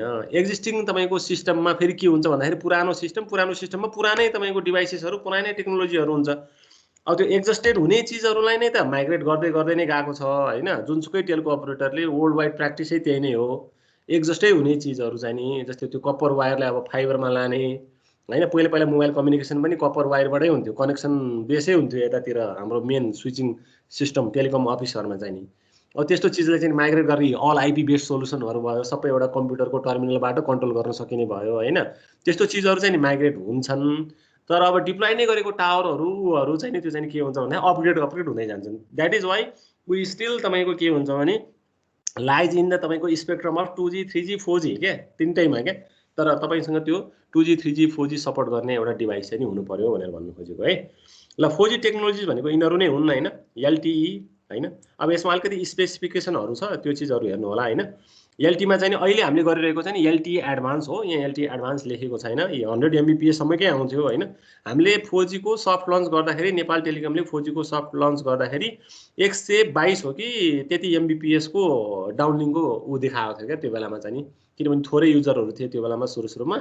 अनि आइडियली चेक गर्दाखेरि 123 Mbps को चाहिँ नि डेटा देखाएको थियो अपलिङमा, के अरे सरी डाउनलिङमा। अनि 50 Mbps तपाईँको अपलिङ भनेको छ। तर 50 Mbps नेपालको युजरको लागि चाहिँ नि अपलिङको उ चाहिँ नि चाहिँदैन है। त्यो किन पछि म भनौँला। ब्यान्डविड्थ 20 MHz मिनिमम चाहिने भयो मिमो एन्टेनाहरू युज गर्ने भनेर भन्नु खोजेको। कहाँ रहेछ त हेर्नु त, यहाँ first publicly available in 2 Scandinavian capitals, Stockholm र एउटा एरिक्सन मोबाइलमा र ओस्लोको हुवावे सिस्टमले लन्च गरेको रहेछ 4G चाहिँ नि। त्यस्तो 2009 मा 2009 to 2009। अनि त्यहाँबाट बल्ल ब्रान्ड सुरु भएको 4G भनेर। वाइम्याक्स भनेको मैले अघि नै पनि भनिहालेँ हैन, यो चिजलाई नदराउँ किनभने वाइम्याक्स हामीले पढ्दा पनि पढ्दैनौँ हैन। त्यसलाई मैले अहिले यतिकै राखेँ। सबै 4G टेक्नोलोजीमै पर्छ क्या चिजहरू। अर्को UMB भनेको अल्ट्रा मोबाइल ब्रोडब्यान्ड, EBDO भन्यो भने formerly known as EBDO, evolution data optimization भनेर रिभाइज भर्सन C भनेर भन्छ। तपाईले योभन्दा अगाडि मैले अघि नै पनि डङ्गलको कुरा गरेँ। डङ्गल ल्याउने भनेको नेपाल टेलिकम मात्रै नै हो, पछि एनसीले पनि ल्याग्यो।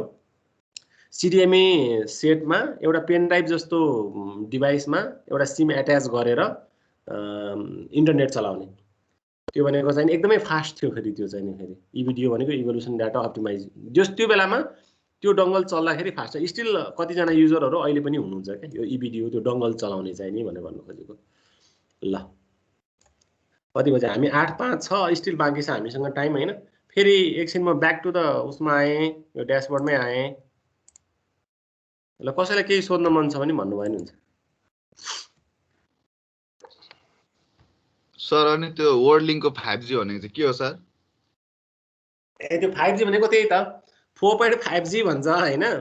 5G भनेको चाहिँ नि एबन्डेन्ट तपाईँले त्यो चलाउनै सक्नु भएको छैन। अब प्राइभेट कम्पनीहरूले अलिकति अब के भन्छ एडभर्टिजमेन्टमा अलिकति खतरै हुन्छन् होइन। 4G भन्दा अलिकति बढी डेटा रेटहरू अहिले जस्तो यहाँ 4Gले के भन्यो नि 100 Mbps सम्मको डेटा रेटहरू दिन्छु भन्यो नि होइन। उनीहरूले त्यो टेस्ट गर्दाखेरि के गर्छ भन्दाखेरि चाहिँ नि आइडियल भर्सनमा टेस्ट गर्छ। एउटा अब जस्तै तपाईँको एउटा ट्रान्समिटिङ नोड उनीहरूले आफ्नो अफिसबाट ट्रान्समिट गरे हुन्छ, अनि बिचमा कुनै पनि अब्स्ट्याकलहरू नभएको एउटा ट्रान्समिसन नोड उनीहरूले सिलेक्ट गर्छ। त्यो ट्रान्समिसन नोडबाट अर्को इनमा चाहिँ नि डाटा रेट कति छ भनेर डाटा रेट मेजर गर्छ। त्यो गर्दाखेरि चाहिँ 100 भन्दा माथि देखाइदिसके पछाडि त्यसलाई 5G भन्छ क्या। कुरो बुझ्नुभयो नि? अनि अब 5G भनेको चाहिँ अहिले तपाईँको 4Gले दिने भन्दा चाहिँ नि म्याक्स बढी रेट भन्ने बित्तिकै 4Gबाट 5G जाने भइहाल्यो। त्यसलाई 5G भनेर एडभर्टिजमेन्ट गरौँ भनेर भने हो होइन। त्यस्तो खालको हुन्छ अब त्यो एडभर्टिजमेन्ट। आइएसपीहरूको चाहिँ त्यस्तै हुन्छ, अलिकति एट्याकिङ एडभर्टिजमेन्ट स्ट्राटेजी हुन्छ। अनि प्लस उसले अब त्यो डाटा रेटमा आफूले क्लेम पनि गरिराखेको चिज हो होइन। तर स्टिल त्यो चिज चाहिँ नि गेन चाहिँ नि हुँदैन क्या, 5Gकै गेन चाहिँ नि हुँदैन। नेपालको कन्टेक्समा अलिकति ट्रान्समिसन नोड ट्रान्समिसन नेटवर्कहरू चाहिँ नि अलिकति त्यति सालको इफिसियन्ट चाहिँ छैन क्या। फाइबर चाहिँ नि 5Gकै फाइबरै हो, 5G राउटरै हो युज हुने उनीहरूले गर्ने। त्यही अनुसारको चार्ज गर्न पायो नि त। अब पछि 5Gमा अपग्रेड हुँदा हुँदै के हुन्छ त उनीहरूले भन्दाखेरि चाहिँ अलिकति महँगो उसमा राउटर साउटर बेचेर सर्भिसहरू बेचेर त्यो पैसा त उनीहरूले त्यहीँबाट उठाइहाल्छ क्या। त्यो स्ट्राटेजी चाहिँ अलिकति एट्याकिङ नै हुन्छ उनीहरूको आइएसपीहरूको। हुन चाहिँ नि हो अब त्यसलाई नकार्न चाहिँ नि मिल्दैन। 5G भनेको चाहिँ नि अहिले दिइरहेको 4Gले दिइरहेको डाटा रेट भन्दा माथिकै डाटा रेट हो। उनीहरूले अब त्यसलाई 5G भनेर अलिकति ब्लुम गर्न खोजेको मात्रै हो। अब 5Gको स्पिड भनेको त तपाईँ अहिले जहाँ जुन कन्ट्रीमा डिप्लोय भएको छ त्यहाँ गएर टेस्ट गरेर एकचोटि पठाउनुहोस् त 5Gको स्पिड भनेर त्यो एउटा स्ट्यान्डर्ड तपाईँको त स्पिड टेस्ट भन्नेमा मेजर गरेर पठाउन लाउनु त कति हुन्छ। अरू कसैलाई केही छ? अलि यो ठ्याक्क एकहोरो बोलिराख्ने भएको बेला अलि मजा चाहिँ आउँदो रहेछ। मलाई पनि खासै त्यो इन्टरटेनिङ लागेन। एक कुरो त्यो भनिराखेको यताबाट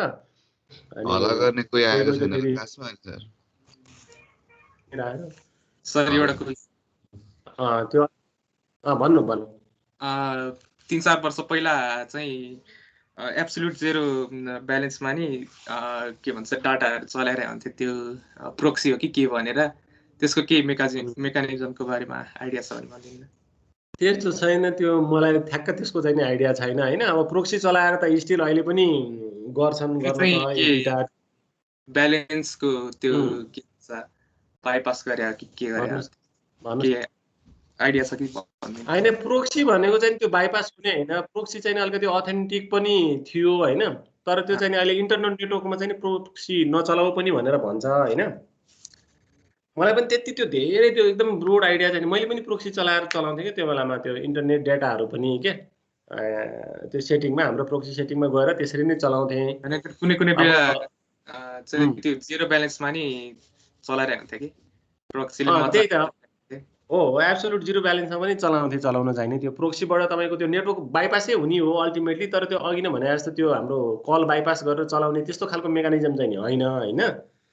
मात्र हाम्रो डाटाको लागि छुट्टै छ के, डेडिकेटेड डाटाको लागि छुट्टै च्यानल हुन्छ अनि भोइसको लागि छुट्टै च्यानल हुन्छ के। अनि नर्मली हाम्रो यो डाटा के अरे हाम्रो बिलिङ क्याल्कुलेट गर्ने चाहिँ नि भोइसमा ओरिएन्टेड थियो त्यो बेलामा। सिस्टम भोइसमा ओरिएन्टेड थियो। अब कतिमा गल्यो कल कहाँबाट स्टार्ट भयो कहाँ कल इन भयो तिनीहरू दुइटाको त्यो टाइम पिरियडबाट हाम्रो बिलिङ जेनेरेट हुन्थ्यो डाटामा त्यति कन्सन्ट्रेट हुन्थेन होइन अनि त्यस्तो केसमा चाहिँ नि डाटाको च्यानल चाहिँ नि उतातिर भोइसको लागि पैसा सकिसके पछाडि पनि डाटा चाहिँ चल्थ्यो कि फेरि त्यस्तो अनि त्यस्तो वेमा चाहिँ त्यो प्रोक्सी लगाएर गर्न मिल्थ्यो अहिले त बाइन्ड साइन पनि गरेको छ कि होइन त्यस्तो छ त त्यस्तो डिटेल चाहिँ अझ मलाई पनि थाहा छैन मैले चाहिँ 3-4 वर्ष अगाडि त्यस्तो देखाएको थिएँ अनि अहिले नि चलाउँदाखेरि त्यो चल्छ होइन एनटिसीमा होइन मैले त्यस्तो ट्राई गरेको छैन अनि अर्को क्वेसन छ अनि एनटिसीमा चाहिँ अलि डाटा चलाएर डिस्कनेक्ट गर्यो भने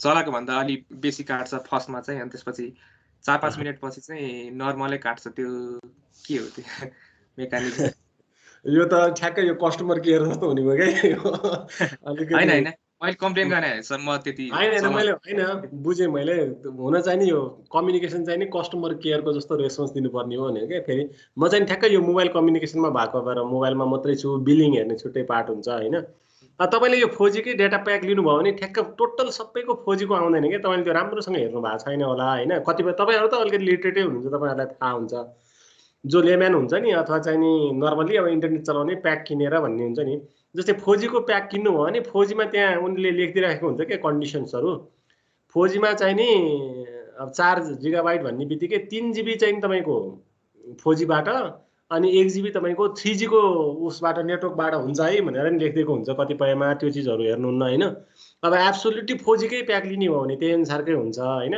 अनि त्यही भएर त्यो अब 3G अनि 4G को नेटवर्कबाट हामीले यहाँबाट सब्सक्रिप्सन दिँदाखेरि चाहिँ नि रेटहरू चाहिँ नि त्यसरी फरक पर्न गएको हुन्छ होइन अनि त्यस्तै केसहरू नै छ क्या तपाईँहरूले अब चलाउँदाखेरि चाहिँ कसरी चलाउनुहुन्छ प्याक किन्दाखेरि त्यो कोड हानेर *1415# हानेर लिनुहुन्छ कि एनटीको एपै युज गर्नुहुन्छ सर होइन मैले भनेको चाहिँ म चाहिँ प्याक लिन्न यतिकै कहिलेकाहीँ चलाउँदाखेरि चाहिँ ब्यालेन्स चाहिँ पहिला कम्पेन्सेट गरे हुन्छ कि युजरको डिभाइसको फल्ट त्यो कम्पेन्सेट गरे हुन्छ कि भनेर सोचिरहेको थिएँ पहिला चाहिँ कति 20 रुपियाँमा चलाछ भने 1-2 MB चलाउँदा नि एकैचोटि 10 रुपियाँमा पुग्थ्यो अनि त्यसपछि 4-5 मिनट पछि चाहिँ ओरिजिनल जति काट्नु पर्यो त्यति काट्यो हुन्छ त्यसको चाहिँ युजरको चलाखी कि त डिभाइसको फल्टको कम्पेन्सेट गरे हो कि भन्ने सोचेको थिएँ ए हुनसक्छ अब त्यति धेरै उ त नहोला त्यो सायद होइन त्यति धेरै इन्टेलिजेन्ट चाहिँ नि छैन नर्मली तपाईँ हामी जस्तै मान्छेले नै कोडिङ गर्ने हो त्यो उसमा बसेर पनि होइन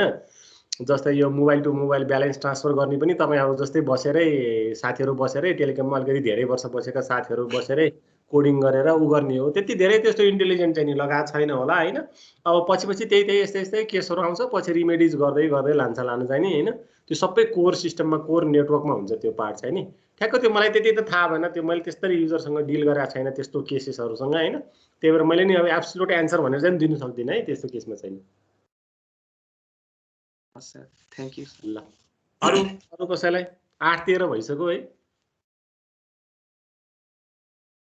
अरू कसैलाई केही छ ल छैन यो 13 भए पनि अलिकति गरौँ है तपाईँहरू त्यो 15 मिनट ब्रेक भन्दा पनि मैले आज एउटा पढाउनै पर्ने छ होइन सो सानो म 5 देखि 10 मिनटको बढीमा भयो भने 10 मिनट जान्छ होला नभए 5 मिनटमा सकाउँछु होइन यति पढिसके पछाडि ओभरअल हाम्रो चाहिँ कल कसरी इस्टाब्लिस हुन्छ भनेर अलिकति बेसिक त्यो चिज पढौँ न त ल मैले यहाँनिर यो पार्ट सेयर गरेँ यो पार्टमा चाहिँ नि मोबाइल स्टेसन ल अहिले नै अलिकति बेसिकली यो गरौँ अनि म उसमा भनिहाल्छु ल अलिकति म फास्ट मुभ भएँ है यो चिजलाई म अब अर्कोचोटि भोलिको क्लासमा फेरि यहीँबाट स्टार्टअप गर्दाखेरि अनि मलाई सजिलो हुन्छ क्या ल मैले धेरै लिइनँ है त अहिले नै पज गरेर अब यहाँनिर हेर्नुहोस् त यो नेटवर्क चाहिँ नि बेसिक नेटवर्क चाहिँ नि के हो भन्दाखेरि चाहिँ नि 2G जुन मैले सेकेन्ड जेनेरेसन सिस्टम भन्यो नि 1G मा त अब सिमको कुरै थिएन होइन त्यही भएर त्यसमा मैले 1G मा हामीले प्रिफर गरेनौँ यसमा हामीले यो वायरलेस कम्युनिकेसनमा मेजर पढ्ने भनेको चाहिँ नि GSM सिस्टमको बेसमा फाउन्डेसनमा पढ्ने हो त्यही भएर यो भनेको चाहिँ GSM को आर्किटेक्चर हो यो पार्ट चाहिँ नि ठ्याक्क यो GSM सिस्टमको आर्किटेक्चरको पार्ट हो अब यहाँनिर हेर्नुहोस् है यहाँ यो MS भनेको तपाईँको मोबाइलको ह्यान्डसेट मोबाइल सिम यो MS भन्ने बित्तिकै दुईवटा चिजले बनेको हुन्छ एउटा मोबाइल ह्यान्डसेट चाहियो प्लस त्यसभित्र सिम चाहियो अनि बल्ल यो मोबाइल स्टेसन भन्छ MS भनेको मोबाइल स्टेसन भयो अब यस्तो मोबाइल स्टेसनहरू धेरै छन् मेरै वरिपरि पनि हामी धेरै छौँ जसले मोबाइल बोक्नु भएको छ एलोङ विथ तपाईँको सिम त्यो सबै मोबाइल स्टेसनहरू भयो। हामी जुन जियोग्राफिकल लोकेसनमा बसेको छौँ हामीलाई सर्भ गर्ने टावर जुन देख्नुहुन्छ नि त्यो भनेको नियरेस्ट तपाईँको के हो त टावर हो। त्यो भनेको त्यो टावरलाई BTS भनेर भन्छ। त्यो BTS भनेको बेस ट्रान्स रिसिभर स्टेसन भन्छ अथवा चाहिँ बेस ट्रान्सिभर स्टेसन हैन। BTS को नाम चाहिँ यो 3900 चाहिँ नि टेक्नोलोजीको नाम हो यो हैन। अब अहिले 4G मा 3910 छ यो हैन। GSM मा 3900 नै हो। अनि यो भयो हैन। अनि यो इन्टरफेस त हाम्रो टोटली के हो त यो इन्टरफेस यसलाई UM इन्टरफेस भनेको टोटली तपाईको एयर इन्टरफेस हो के। किनभने हाम्रो मोबाइलले थ्रु आउट द तपाईको एयर इन्टरफेस त्यो टावरसँग कनेक्टेड गरे हो नि त। त्यही भएर यो totally GSM radio air interface हो। त्यसलाई UM इन्टरफेस भनेर भन्दो रहेछ है।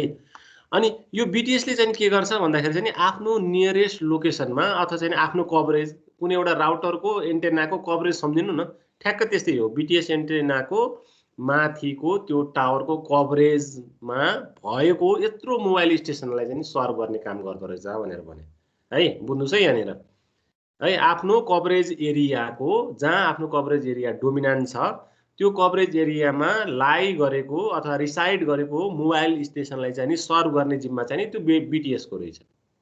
अब यस्तो BTSहरू त थुप्रो हुन्छ नि त। छतमा हुन्छन्, ग्राउन्डमा हुन्छन् हैन, पोलमा हुन्छन् यस्तो BTS स्टेसनहरू चाहिँ। अब यो BTS स्टेसनको कलेक्सन चाहिँ कहाँ जान्छ भन्दाखेरि चाहिँ फेरि अर्को एउटा पार्टमा जान्छ, सिस्टममा जान्छ। त्यो भनेको चाहिँ BSC। त्यो BSC को काम चाहिँ नि यो भएभरको बेस स्टेसनलाई चाहिँ नि कन्ट्रोल गर्ने काम हो। त्यही भएर नाम बेस स्टेसन कन्ट्रोलर भनेर भनेको है। अब जस्तै अब तपाईहरुको यहाँनिर हाम्रो काठमाडौँ एरियाको चाहिँ नि थुप्रो छ BTS स्टेसनहरू।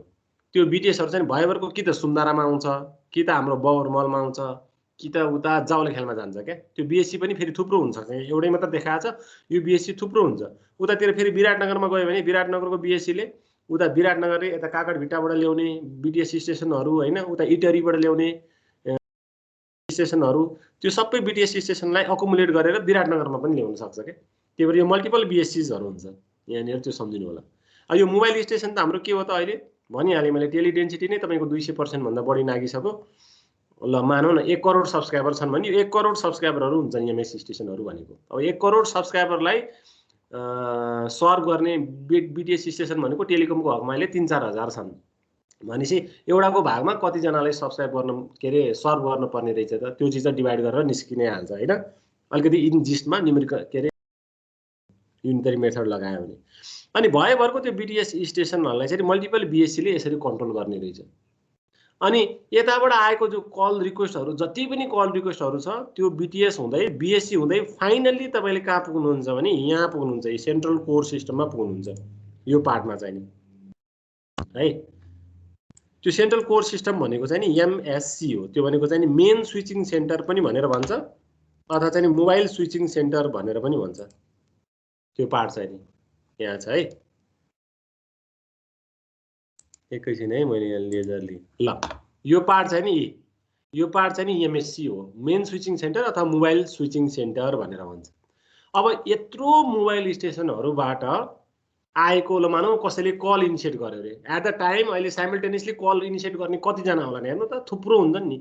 1 करोड सब्स्क्राइबर छन् भने अब 1 करोडै त तपाईको कल इनिसिएट त आउँदैन, त्यो रिक्वेस्ट आउँदैन, त्यो ट्राफिकको रिक्वेस्ट आउँदैन हैन। एट अ टाइम मैले अहिले एउटा इन्स्ट्यान्टमा हेरेँ भने कति कल रिक्वेस्ट आइरहेको छ भने त्यो कल रिक्वेस्टको चङ्कलाई चाहिँ हामीले ट्राफिक भन्ने गर्छौँ क्या। अनि जब जस्तै मानौ यो अहिले यहाँनिर यो फ्ल्यास लाइटहरू आइरहेको छ, त्यो फ्ल्यास भनेको चाहिँ कल इनिसिएट गरिरहेको छ अरे मानौ 1 2 3 हैन। यो दुईटा चाहिँ नि एउटाको रिजनमा पर्दो रहेछ, यो फर्स्ट BTS को रिजनमा पर्दो रहेछ। त्यही भएर यो दुईटालाई चाहिँ नि सर्भ यसले गरिरहेको छ। अहिले यहाँबाट कल रिक्वेस्ट आयो, कल रिक्वेस्ट आउने बित्तिकै यसले एउटा च्यानल यहाँ एसाइन गरिदिइहाल्यो। त्यो च्यानल भनेको फ्रिक्वेन्सी ब्यान्ड हो। त्यो फ्रिक्वेन्सी हामीले अघि नै किनेको भनेर भनेको थियौँ हैन। एउटालाई चाहिँ मैले सर्भ गर्नको लागि चाहिँ एउटा फ्रिक्वेन्सी ब्यान्ड मैले एसाइन गरिदिइसकेँ हैन। अर्कोलाई पनि एसाइन गरिदिइसकेँ। मसँग जति चाहिँ एउटा ब्यान्डको त्यो एउटा पुल हुन्छ, फ्रिक्वेन्सीको पुल हुन्छ, त्यो पुलहरू चाहिँ नि यहाँबाट आएको कल रिक्वेस्टलाई प्रायोरिटी बेसिसको आधारमा फर्स्ट कम फर्स्ट सर्भिसको आधारमा चाहिँ मैले एसाइन गरिदिइसकेँ। सिमिलरली अर्को रिजनको BTS ले अर्को तपाईको युजरलाई त्यही अनुसारले एसाइन गरिदिइसक्यो। Similarly region wise Biratnagar, Pokhara, Dhangadhi, Attariya हैन, डडेलधुरा, इभन भरतपुर हैन का BTS स्टेसनहरूले चाहिँ अहिलेको यो कुनै एउटा इन्स्ट्यान्टमा चाहिँ नि त्यसरी नै के गरिदिइराखेको छ नि त प्रत्येक युजरहरू जसले कल इनिसिएट गरिराखेको छ तिनीहरूलाई चाहिँ नि सर्टेन एउटा च्यानल चाहिँ नि एसाइन गरिदिइसक्यो। मैले यो पार्टिकुलर युजरलाई च्यानल एसाइन गरिदिइसकेँ, यसले मेरो लोकेसनबाट कल इनिसिएट गरिराखेको छ, यो कल इनिसिएटलाई चाहिँ नि फरवार्ड गरिदिनु होला सेन्ट्रल कोर सिस्टममा भनेर बिएससीमा पठाउँछ। अब बिएससीमा पठाएको बिएससीमा त फेरि अब यस्तै बेस स्टेसनबाट इच एन्ड एभ्री मोबाइल स्टेसनको रिक्वेस्टहरू त के आउँछ त क्युमुलेटिभ भएर बिएससीमा आएर के हुन्छ त अब बस्छ। यहाँनिर बिएससीले हेर्छ अब भरैभरको ट्राफिकहरू हेर्नु त यहाँनिर अब यहाँ इन्डिभिजुअल ट्राफिकले गर्दाखेरि यहाँनिर कम्युनिकेसनको त्यो च्यानल कतिको हुनु पर्यो, त्यो ब्यान्डविड्थ कति हुनु पर्यो, भरैभरको ल मानौ 1 लाख सब्सक्राइबर यहाँ बिएससीमा आउँदाखेरि अब बिएससीले ट्रान्समिट गर्नुपर्ने ब्यान्डविड्थ कति हुनु पर्यो यतिकै थाहा हुन्छ नि। अब ब्यान्डविड्थ एकदमै हाई ब्यान्डविड्थ क्यापेसिटी भएको ट्रान्समिसनको लाइनको थ्रुबाट बिएससीले यताबाट जेनेरेट भएको यो लेफ्ट साइडतिरबाट जेनेरेट भएको ट्राफिकलाई लगाएर के गरिदिन्छ त भन्दाखेरि चाहिँ एउटा यो इन्टरफेसको थ्रुबाट चाहिँ नि एमएससीमा के गरिदिन्छ त पुऱ्याइदिन्छ।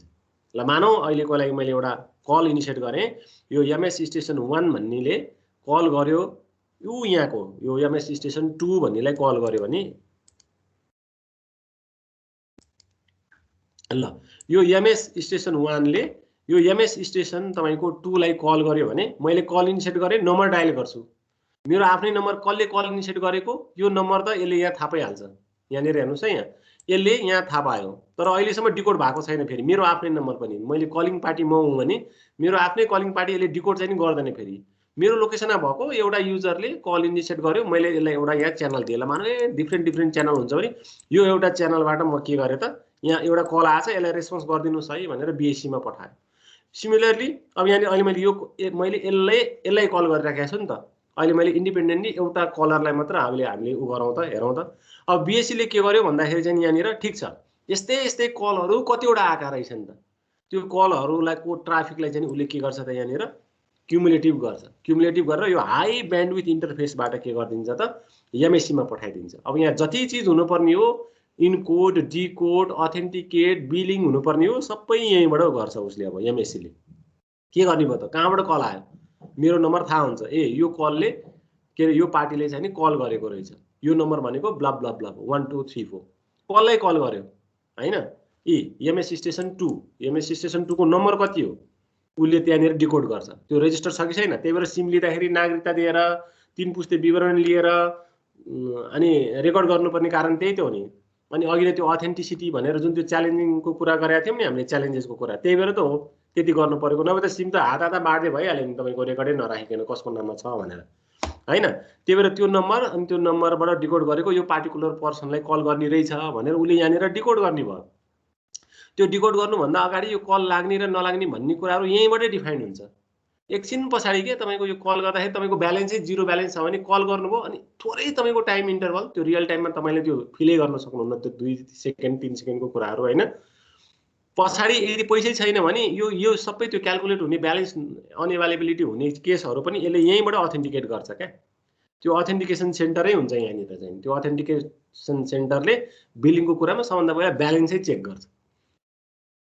त्यो ब्यालेन्स चेक गरिसके पछाडि यो इलिजिबल छ भने ल ठिक छ, इलिजिबल तपाईँको सब्सक्राइबरबाट चाहिँ नि अथवा चाहिँ युजरबाट चाहिँ कल इनिसिएट भएको रहेछ भनेर भन्छ।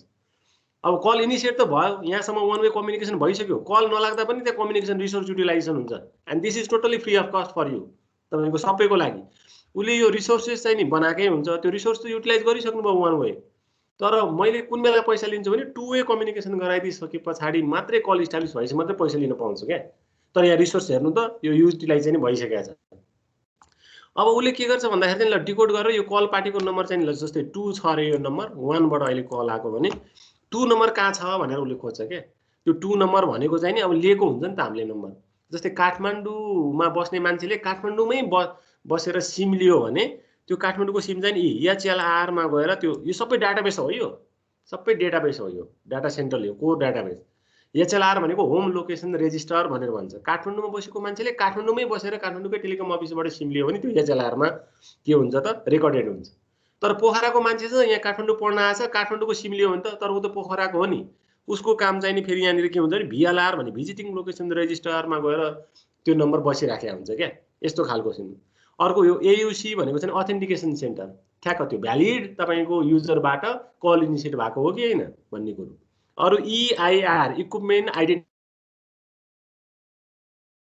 तपाईको मोबाइल हरायो भने IMEI भन्छौं यही त हो नि EI भनेको त्यही त हो नि international mobile equipment identity register भनेर भन्छौं के त्यो भनेको चाहिँ नि तपाईको IMEI नम्बर तपाईको सिमको सिरियल नम्बर सबै आएर के हुन्छ त यसमा आएर ट्याप भएको भन्छ यो सबै डेटाबेसहरु यो बाहेक पनि तपाईको थुप्रो डेटाबेस सिस्टमहरु हुन्छन् के अनि सबै भेरिफाई गरिसकेपछि ल ए 2 नम्बरको सिमबाट कल आएको रहेछ भनेर उले 2 नम्बरको सिममा कल आएको छ भनेर ब्याक टु द फेरि उले के गरिदिन्छ भने BSC लाई पठाइदिन्छ ल तेरो अन्डरमा छन् त्यत्रो BTS स्टेसनहरु 2 नम्बरको सिमबाट कल आछ त्यसको लोकेसन ट्रेस गरेर कल फरवर्ड गर्दे भनेर BSC ले BSC मा पठाइदिन्छ फेरि अब BSC बाट के हुन्छ भन्दा यो सबै इच एन्ड एभ्री तपाईको मोबाइल स्टेसनहरु त BSC टु BSC आएर यहाँनेर के हुन्छ इन्कर्पोरेट भएको हुन्छ नि अब उले फेरि के गर्छ भने यहाँ ब्रोडकास्ट मेसेज पठाइदिन्छ सबैलाई जान्छ यहाँनेर हेर्नु त यहाँ रिसोर्स कति युटिलाइज भएको छ पहिला ब्रोडकास्ट मेसेज पठाउँदाखेरि चाहिँ नि ए 2 नम्बरको सिम चाहिँ नि यो टावरले मैले हेरिरहेको छु भनेर उले टक्क यो टोकन रिङमा आफ्नो यो टोकन लिएको जस्तै गरेर म यहाँ छु मेरो लोकेसनमा रिसाइड गरिरहेछ है यो 2 नम्बरको सिम भनेर यो BSC स्टेसनले फेरि ब्याक टु द एक्नोलेज के गरिदिन्छ त BSC लाई पठाइदिन्छ अनि उले के गर्छ भन्दाखेरि चाहिँ ल यताबाट कल रिक्वेस्ट आएको थियो 1 बाट कल रिक्वेस्ट आएको थियो मैले तलाई फरवर्ड गर्ने है त भनेर उले यो BTS 3900 बाट कल फरवर्ड गर्देर के गर्छ भन्दाखेरि MS सम्म पुर्याइदिन्छ यो MS2 सम्म पुर्याइदिन्छ अनि बल्ल के भयो त अब यहाँनेर हेर्नुस् त यो बल्ल अब तपाईको के हो भने MS1 ले यहाँबाट कल पठाएको राउटिङ भएर के भयो त यहाँबाट के भयो त लूप कनेक्सन भएर हामी यसरी कनेक्टेड भयौं यस्तो खालको कनेक्सन भयो भन्न खोजेको बल्ल यो लूप फर्मेसन भइसकेपछि अनि बल्ल तपाईको यो त के हो त ट्रान्समिसन पाथ क्लियर भयो नि त पाथ क्लियर भइसकेपछि अनि बल्ल तपाईको मेसेजको ट्रान्सफर हुन्छ भनेर भनेको this is how a call is established in mobile communication system भनेर भन्न खोजेको अनि प्लस कहिलेकाहीँ चाहिँ मोबाइलले मोबाइलसँग कम्युनिकेट नगरिकन मोबाइलले ल्यान्डलाइनमा गरे हुन्छ अथवा चाहिँ अरु नेटवर्कहरुमा एनसेल अथवा चाहिँ स्मार्ट सेलमा पनि गरिराखेको हुन्छ हैन अनि त्यो सबै नेटवर्कहरुलाई राउटिङ गरिदिने काम चाहिँ सबै यो कोर नेटवर्कले नै हो के स्विचिङ गर्ने काम चाहिँ अब PSTN मा गर्न पर्यो भने त्यही नै हो कहिलेकाहीँ तपाईको यो मोबाइलबाट तपाईले डाटा कम्युनिकेसन गरिराख्नु भएको हुन्छ जस्तै अब भाइबरै गर्दाखेरि भाइबर आउट कल हुन्छ नि त तर त्यो भाइबर त चल्ने त तपाईको त डेटाको सर्भिसमा चल्ने हो तर भाइबर आउट कल गर्दाखेरि फेरि उले के गर्छ भन्दाखेरि चाहिँ ब्याक टु द भाइबरको प्लेटफर्मबाट ब्याक टु द तपाईको मेसेजमै कल आउँछ के हाम्रो के रे मोबाइल सेटमै कल आउँछ अब त्यस्तो केसमा तपाईको यो ISDN नेटवर्कहरु हैन त्यस्तो खालको अब यो PSDPN नेटवर्कहरु त्यस्तो खालको युज पनि हुन्छन् भनेर भन्न खोजेको के अनि SMS हरु तपाईको सर्भिङ गर्नको लागि SMS को छुट्टै गेटवे हुन्छ यहाँनिर SMS सर्भिस तपाईको कन्ट्रोल सेन्टर भनेर हुन्छ हैन अनि यो सबै चीजहरुलाई मेन्टेन गर्ने चाहिँ अब जस्तो यो BTS ठीक छ कि छैन अब यसमा के अलार्महरु आइराखेका छ कि छैन यसले कम्युनिकेट गर्न सक्या हो कि हैन हैन अनि यहाँ BSC मा के कस्तो प्रब्लम छ BSC ले रेस्पोन्स गर्न सक्या हो कि हैन एक्नोलेज गर्न सक्या हो कि हैन MSC मा के छ कसो छ भनेर त्यो सबै तपाईको time by time throughout the time भनेको चाहिँ नि 24 घण्टामा 24 घण्टै के अथवा चाहिँ कन्टिन्युअसली भनौं न कन्टिन्युअसली मोनिटरिङ गर्ने काम चाहिँ नि अपरेसन एन्ड मेन्टेनेन्स सेन्टरले गरिराखेको हुन्छ के हो मेरो काम चाहिँ यही हुन्छ के हामी चाहिँ यही हुन्छौं यसको एउटा छुट्टै पार्ट हो हेरिराखेको हुन्छ हामीले यो OMC मा बसेर मैले यतापटिको पार्टहरु यतिको पार्टहरु हेरिराखेको हुन्छ हैन अनि यतापटिको पार्ट हेर्ने छुट्टै हुन्छ यो डाटाबेसको पार्ट हेर्ने छुट्टै हुन्छ यतापटिको यो नेटवर्कहरु अरु नेटवर्क हेर्ने पार्ट छुट्टै हुन्छ अनि फेरि फिल्डमा खटिने पार्टहरु छुट्टै हुन्छन् हो त्यस्तो खालको हुन्छ के यो नेटवर्कको डिस्ट्रिब्युसन चाहिँ नि अब पछि चाहिँ नि म के भोलिको क्लासमा चाहिँ नि OMC मा बसेर नर्मल्ली के चीज हेरिन्छ भनेर म यहीँबाटै तपाईको यो रिमोट लगइन गरेर तपाईहरुलाई पनि देखाउँछु हैन अब आज चाहिँ नि अहिले यो बेसिकली मैले अहिले भनेको मात्रै हुँ तपाईलाई पिक्चर मात्र क्लियर गर्नको लागि भोलि फेरि यही पार्टमै हामी डिल गर्छौं 2G 3G मा के हुन्छ र 4G मा पनि के हुन्छ म त्यो पनि भनिदिन्छु त्यसको आर्किटेक्चर चाहिँ नि मसँग पनि छ हैन त्यसको आर्किटेक्चर मसँग पनि छ यो चाहिँ मैले देखाउन पाइनँ त्यो म भोलि एकचोटी देखाउँला हैन अब अहिलेलाई चाहिँ नि आज ठ्याक्क 8:29 भयो मैले 15 मिनेट पनि ठ्याक्क बढी लिइसके हैन त्यही भएर चाहिँ आजको क्लास चाहिँ नि म यही नै इन गराउँछु एकछिन सबैजना होल्डमा बस्दिनु होला म यहाँ एटेन्डेन्स पनि लिन्छु अनि भोलि टक्क उताबाट लगइन गरेर हेरिसकेपछि लगइन गर्दाखेरि मैले चलाउने त्यो पोर्टल र त्यो पोर्टल दुईटा पोर्टलहरु हेर्न सकिन्छ हैन NMS हरु पनि चलाएर हेरौँ ल अनि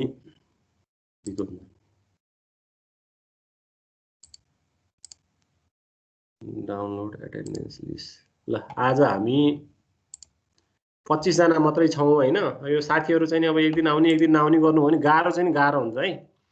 अब अहिले त मेजर यो सर्फेस हो, यो सर्फेसमा कल कसरी इस्ट्याब्लिस हुन्छ भन्ने कुरो यो अलिकति पिक्चरै क्लियर नभएसम्म हामी माथि जाँदै जाँदैनौँ। अब कोर टेक्निकल कुराहरू झन्झन आउँदै गर्छ। त्यही भएर अब यो साथीहरू चाहिँ नि बिस्तारै बिस्तारै छुट्नु भयो भने चाहिँ नि गाह्रो हुन्छ है। कति 33-34 जना नि हुनुहुन्न के अरे तपाईँहरूको। ल आजलाई चाहिँ नि मैले यति गरेँ। Have a good day to you all. आजको क्लासलाई चाहिँ नि यही डिसमिस गरेँ ल। Thank you sir. ल थ्याङ्क यू सर। ल हाजिर भइसक्यो। Okay good bye. Bye bye sir.